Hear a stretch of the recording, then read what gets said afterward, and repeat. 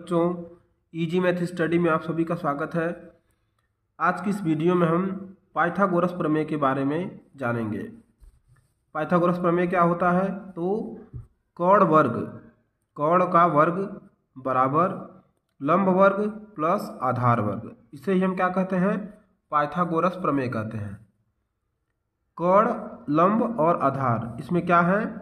ये जो है किसी समकोण त्रिभुज की क्या है? भुजाएं हैं। तो हम पहले समकोण त्रिभुज के बारे में भी जान लेते हैं। समकोण त्रिभुज क्या होता है? तो जिस त्रिभुज की कोई एक कोण, जिस त्रिभुज में कोई एक कोण क्या होता है? 90 डिग्री का होता है, उसे हम क्या कहते हैं? समकोण त्रिभुज कहते हैं। तो यहाँ परिभाषा हमने लिखा है कि जिस त्रिभुज में कोई एक कोण क्या हो 90 डिग्री का होता है, उसे हम क्या कहते हैं? समकोण त्रिभुज कहते हैं। ये जो त्रिभुज आपको दिख रहा है, ये समकोण त्रिभुज है। क्यों ये समकोण त्रिभुज है? क्योंकि इसमें जो एक कोण बना हुआ है वो 90 डिग्री का है इसमें। तो कोई भी एक कोण इसमें क्या होना चाहिए? 90 डिग्री का होना चाहिए। तो ये क्या कहलाएगा? समकोण त्रिभुज कहलाएगा। समकोण त्रिभुज में जहाँ 90 डिग्री का कोण बना होता है, उसके जो सामने की भुजा होती है वो कर्ण कहलाती है। 90 डिग्री के सामने की जो भुजा होगी उसे हम क्या कहेंगे? कर्ण कहेंगे। इस भुजा कर्ण को छोड़ के अन्य जो दो भुजाएं होती हैं उसे हम लंब और आधार मान लेते हैं। हम इन दोनों भुजाओं में किसी भी भुजा को लंब या आधार मान सकते हैं। इस त्रिभुज में जो कर्ण होती है वो क्या होती है? इन तीनों भुजाओं में सबसे बड़ी होती है। यानी इस त्रिभुज में जो कर्ण है वो क्या है? सबसे बड़ी भुजा है। अब इसी त्रिभुज से क्या बना हुआ है? ये पाइथागोरस प्रमेय बना हुआ है। कर्ण वर्ग बराबर लंब वर्ग प्लस आधार वर्ग। तो अब क्या करेंगे? हम इससे दो फार्मूला और बनाएंगे।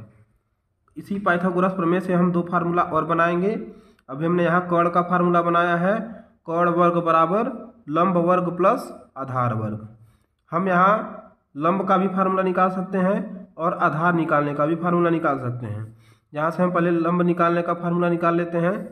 तो कर्ण को आप यहीं छोड़ दीजिए, कर्ण आप यहीं छोड़ दीजिए, कर्ण वर्ग। इधर से हम क्या करेंगे? आधार वर्ग को क्या करेंगे? इधर भेज देंगे। तो ये अगर प्लस में है तो हम इसको इधर भेजेंगे, तो ये किस में हो जाएगा? माइनस में। तो ये इधर आके हो गया माइनस में, तो ये हो जाएगा माइनस आधार का वर्ग। हमने क्या किया है? इसको इधर भेज दिया है। और इधर अभी क्या बचा हुआ है? लंब वर्ग।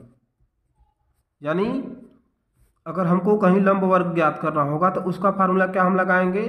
कर्ण वर्ग माइनस आधार वर्ग। हमने आधार को क्या किया है? इधर भेज दिया है। तो आधार इधर आके क्या हो गया? माइनस में हो गया। तो कर्ण वर्ग, और ये इधर आके क्या हो गया? माइनस आधार वर्ग बराबर क्या हो गया? लंब वर्ग। यानी लंब वर्ग का फार्मूला क्या होगा?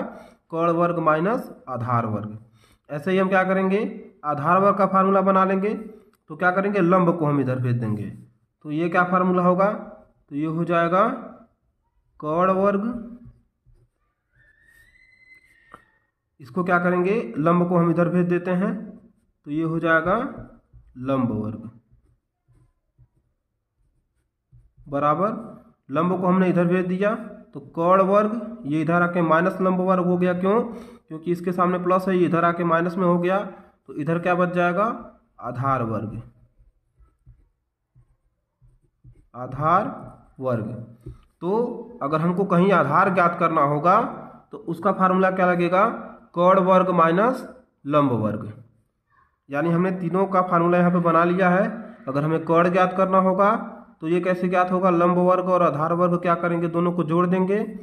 जब लंब वर्ग ज्ञात करना होगा तो क्या करेंगे? कर्ण वर्ग में से कर्ण का वर्ग करके आधार का वर्ग क्या करेंगे? उस घटा देंगे। ऐसे ही अगर आधार ज्ञात करना होगा, आधार वर्ग, तो क्या करेंगे? कर्ण का वर्ग करके लंब का वर्ग करके क्या करेंगे? कर्ण के वर्ग में से लंब के वर्ग को घटा देंगे। अब जो है इसमें हम कुछ उदाहरण देख लेते हैं। जैसे इसमें इस क्वेश्चन में हमें लंब ज्ञात है और आधार ज्ञात है।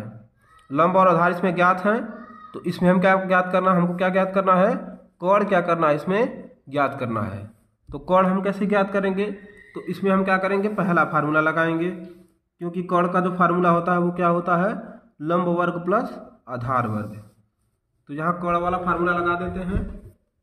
तो यहाँ हो जाएगा कर्ण वर्ग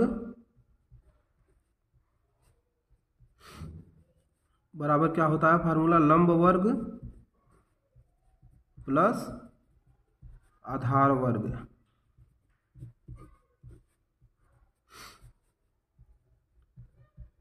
यहाँ कर्ण को आप ऐसे ही छोड़ दीजिए, लंब वर्ग। तो इसमें पहले हम देखेंगे कि लंब कितना है इसमें। तो लंब इसमें है 5, तो लंब है इसका 5, तो 5 का वर्ग हो जाएगा प्लस आधार वर्ग। तो आधार इसमें कितना है 12, तो 12 का वर्ग कर देंगे। कर्ण को हमने वैसे ही रख दिया है। लंब का मान हमने रखा है 5, यहाँ से लंब कितना है 5 है, तो इसको 5 रख दिया गया। और आधार इसमें कितना है 12, तो आधार की जगह हमने 12 रख दिया है और इसका वर्ग कर दिया। लंब का मान 5 रख के इसका भी वर्ग कर दिया हमने। यहाँ हो जाएगा कर्ण वर्ग, 5 का वर्ग करेंगे तो ये हो जाएगा 25 प्लस 12 का वर्ग करेंगे तो जो 12 का वर्ग होता है वो कितना होता है 144। वर्ग करके अब देख सकते हैं, यहाँ हो जाएगा कर्ण वर्ग 25 और 144 जोड़ देंगे तो 5 और 4 कितना होगा 9, 4 2 6 और ये 1 वैसे ही रह जाएगा। यानी कर्ण वर्ग बराबर कितना हो गया 169। अब देखेंगे कि क्या ये किसी का वर्ग है, तो देखेंगे ये जो है क्या है 13 का ये वर्ग है। पाइथागोरस प्रमेय जानने के लिए आपको वर्ग पता होना चाहिए। तो ये जो 169 होता है वो क्या है 13 का वर्ग है। ये कर्ण का वर्ग है, कर्ण का वर्ग यहाँ है, और ये किसका वर्ग है 13 का वर्ग है। अब क्या करेंगे हम यहाँ दोनों तरफ से वर्ग को क्या करेंगे हटा देंगे। तो कर्ण कितना हो जाएगा इसका, कर्ण हो जाएगा 13, यानी इसमें जो कर्ण होगा वो कितना होगा 13 होगा। हमने इसमें कर्ण का मान ज्ञात कर लिया है। इसी तरीके से हम कर्ण ज्ञात करते हैं।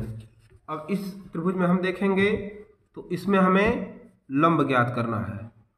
तो लंब कैसे ज्ञात करेंगे, लंब ज्ञात करने का फार्मूला क्या होता है,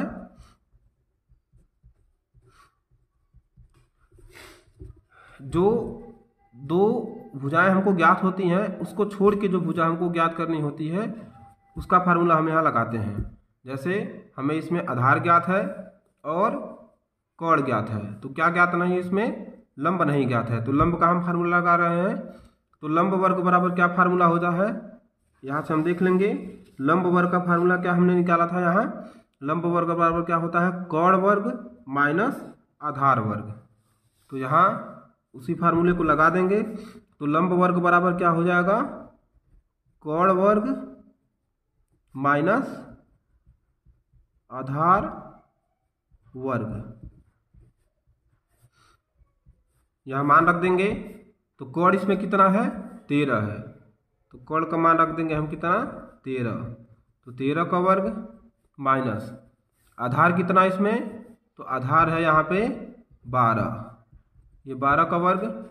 यहाँ क्या करेंगे 13 का पहले वर्ग कर देते हैं। तो 13 का वर्ग कितना होता है 169। अभी आपने यहाँ देखा है जो 169 होता है वो क्या होता है 13 का वर्ग होता है। तो 13 का वर्ग यहाँ करेंगे तो कितना होगा 169 हो गया, माइनस 12 का वर्ग करेंगे तो 12 का वर्ग कितना होता है 144। अब 169 में से क्या करेंगे 144 को हम घटा देंगे। तो 9 में से 4 जाएगा तो कितना हो जाएगा 5, 6 में से 4 जाएगा ये हो जाएगा 2, 1 में से 1 गया तो 0 हो गया, यानी 25 हो गया। यानी अगर हम यहाँ देखें तो ये लंब का वर्ग है और बराबर कितना हुआ यहाँ पे 25। यहाँ हम चाहें तो इसको बार बार लिख सकते हैं। यहाँ हो जाएगा लंब वर्ग, और यहाँ देखेंगे कि ये किसका वर्ग है। जैसे अभी हमने इसमें किया है कि कर्ण वर्ग बराबर क्या आया था 169, तो यहाँ देखा हमने कि ये जो 169 है वो किसका वर्ग है। तो यहाँ भी देखेंगे ऐसे ही लंब वर्ग और 25 आया है। अब देखेंगे कि जो 25 है वो किसका वर्ग है। तो जो 25 होता है वो किसका वर्ग होता है, 5 का वर्ग होता है। तो 5 का वर्ग होता है। तो अब क्या करेंगे, दोनों तरफ से वर्ग हम हटा देंगे। यहाँ लंब इसका वर्ग हमने हटा दिया, इधर से भी वर्ग हटा देते हैं, तो ये हो गया 5। यानी जो लंब इसका कितना होगा, 5 होगा। तो ऐसे क्या करेंगे हम, किसी भी त्रिभुज में जिसमें हमको लंब नहीं ज्ञात होगा, ये फार्मूला लगा के हम क्या करेंगे, लंब ज्ञात कर लेंगे। यानी इसका जो लंब हो जाएगा वो कितना हो जाएगा, 5 हो जाएगा। अब इसी प्रकार हम इसमें क्या करेंगे, इसमें देखेंगे हम, तो हमें क्या नहीं ज्ञात है, इसमें हमें आधार नहीं ज्ञात है। इसमें आधार ज्ञात कर लेते हैं। तो आधार ज्ञात करने का फार्मूला क्या होता है, आधार ज्ञात करने का फार्मूला है आधार वर्ग बराबर, यहाँ हमने आधार वर्ग का फार्मूला बनाया है। तो आधार वर्ग बराबर क्या हो जाएगा, कर्ण वर्ग माइनस लंब वर्ग।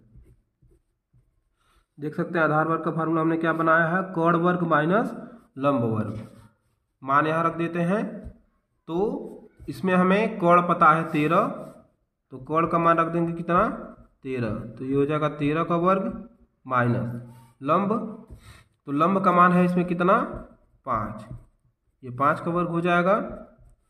13 का वर्ग करेंगे तो 13 का वर्ग हो जाएगा कितना, 169 माइनस 5 का वर्ग करेंगे तो 5 का वर्ग कितना होता है, 25। 169 में से 25 को हम क्या करेंगे, घटा देते हैं। तो 9 में से 5 जाएगा तो ये हो जाएगा 4, 6 में से 2 गया तो ये भी 4, 1 क्या होगा वैसे ही बच जाएगा। यहाँ हो जाएगा आधार वर्ग। अब फिर इसमें देखेंगे कि ये जो 144 है वो किसका वर्ग है। तो देखेंगे कि ये जो होता है 144 वो 12 का क्या होता है, वर्ग होता है। ये 12 का क्या है, वर्ग है। तो यहाँ लिख दिया हमने कि 12 का वर्ग कितना है, 144। तो यहाँ अब क्या करेंगे, दोनों तरफ वर्ग वर्ग है, दोनों तरफ से वर्ग को क्या करेंगे, हटा देंगे। तो यहाँ कितना हो जाएगा, जो आधार हो जाएगा वो कितना हो जाएगा, 12। यानी इसका जो आधार है वो कितना है, 12। अगर ऐसे ही हमें कहीं भी किसी त्रिभुज में जब आधार नहीं ज्ञात होगा तो ये फार्मूला हम लगा के क्या करेंगे, आधार ज्ञात करेंगे। वीडियो अगर आपको अच्छी लगी हो तो वीडियो को लाइक करें, शेयर करें, सब्सक्राइब करें। Thank you.